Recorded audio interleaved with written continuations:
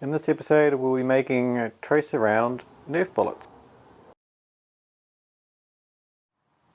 Hi there, I'm Jason and welcome to the channel. In this channel I'll be presenting the end result of a project I've been working on. If you wanted to see the full steps of how I came to this particular conclusion, I have another channel which will be in the show notes, which is the making of, and I sort of go through each step of how I've ended up here. So as I described just earlier, this is a trace around for a Nerf bullet. So if you're not sure what a trace around is, if you watch any war movies, they have, they're firing the bullet off and there's like a little orange glow in the back of the bullet. It's just a pyrotechnic device, so people can see where their bullets are going.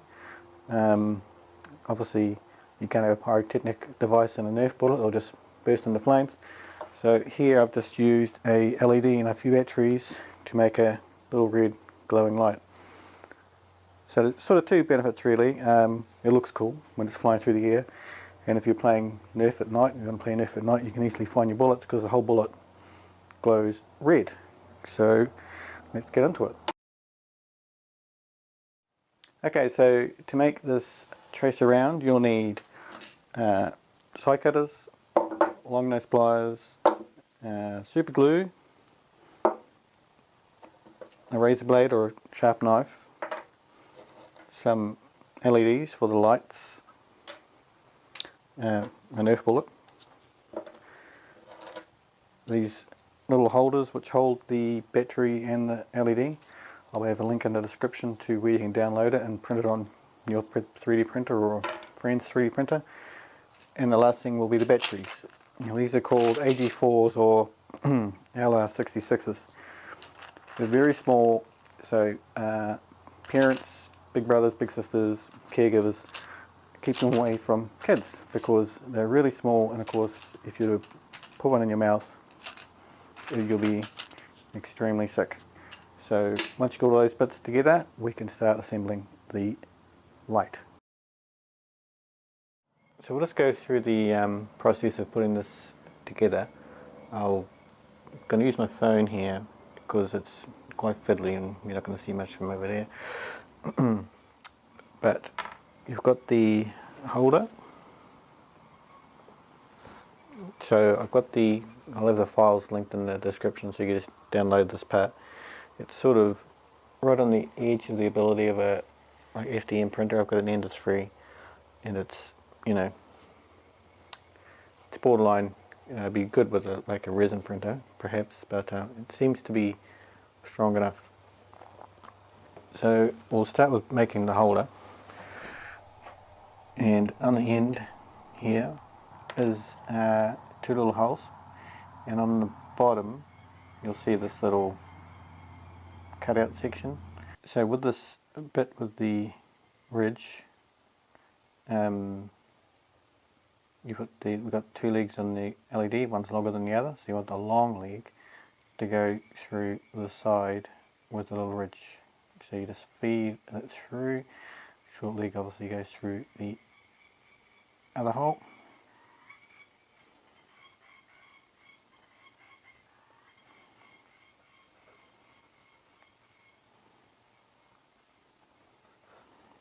Like that. Pull the long leg all the way down. So it sort of sits snugly in a little gap there. Along those pliers, and just give it a twist because we want this going towards the back. Like that. For the shorter leg, just here. And for the wire to go through. For this other one, just thread that through, and then just get your batteries.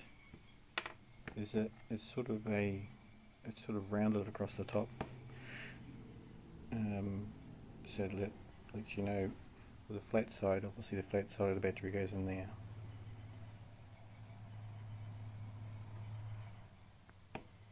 Well done.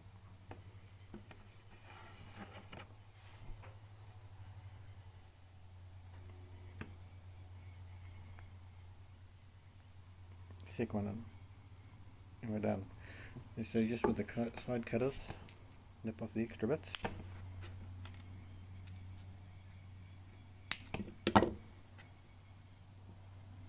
And when you finish, you just slide the battery out and use it for next time.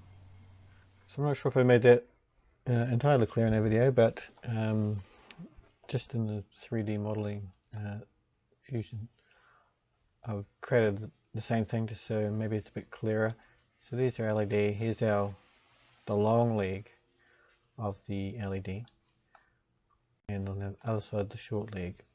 So the long leg goes underneath, it's got to go sort of exaggerated really, should probably bend that around a bit further, but it's got this sort of blocking thing here to prevent you from accidentally touching the positive side of this battery. So you feed that through and loop it underneath, and then across there should be these little cutouts, but like I say, these sort of things are quite fine detail for a FDM 3D printer, so they might not turn up on your printer, they possibly could. The first battery sort of clips into this space quite nicely, and then the next battery clips into the front place. So hopefully that makes it a bit clearer for you. So once you've got the lighting assembly all set up, it's time to install it in the bullet. So there's many different types of bullets.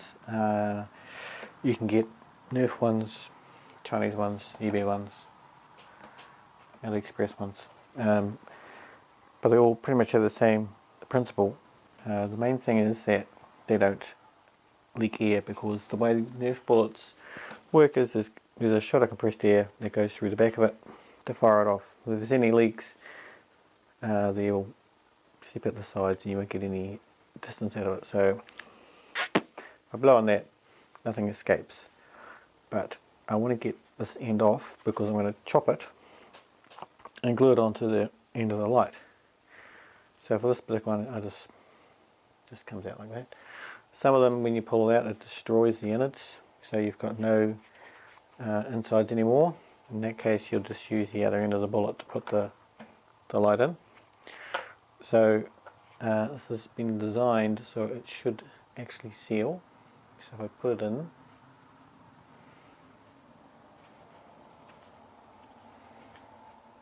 give it a bit of a twist just to get it in. It shouldn't be any harder than that.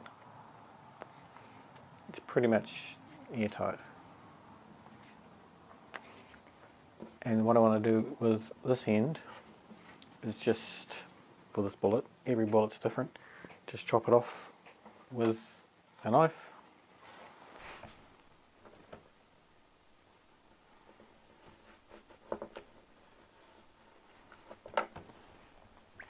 So it's just nice and flat. Get some super glue, put it on the end of the piece we've just put in,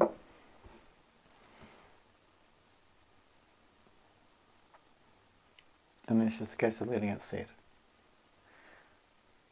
So while it's setting, we'll just talk about LEDs. So LEDs all have different colours, have different voltages. So for these batteries, they're 1.5 volts each.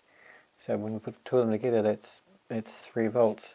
But some of these LEDs run at 2 volts or 2.2 volts. So you're effectively overdriving with the 3 volts. So what you can do is get a resistor or a 50 ohm resistor, and just to bring the voltage down so the LED's happier. These LEDs I'm using in this project, these particular ones, are actually 2.2 volts, but I've put them in to this unit without any resistors, and it seems happy enough to not burning out or anything like that, so it could be fine. If you did put a resistor in, the light would probably go for longer, and the LED would probably last as well. You could get some LEDs which will just blow as soon as you put 3 volts across them. but these seem fine. And these LEDs will last quite a while. I've left one going overnight, got up in the morning. It's not as bright in the morning, but it's still functioning, so they will actually burn for quite a while off these two little batteries. So once that's set with the end, you're good to go.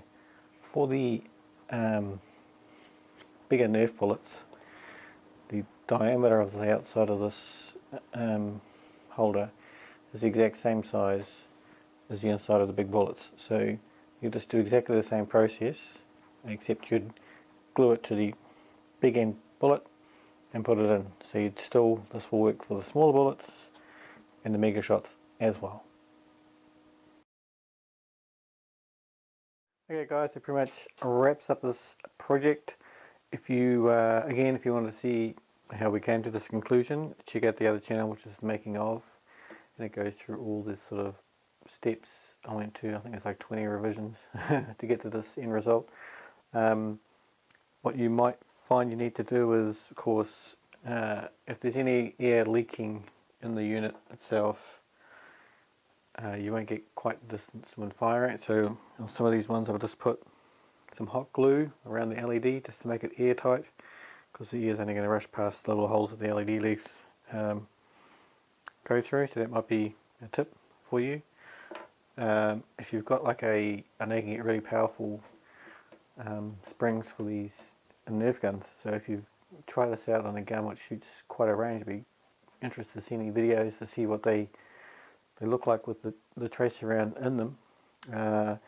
If you don't have access to a 3D printer and you still want to do this, let me know in the comments, and I'll create a store where you can buy a set of batteries, LEDs and the holders, and you can just purchase those and assemble them yourself at home. And just to prove it does work, I do have a Nerf gun here with the bullet we've just made, and it fires fine. We'll catch you next time.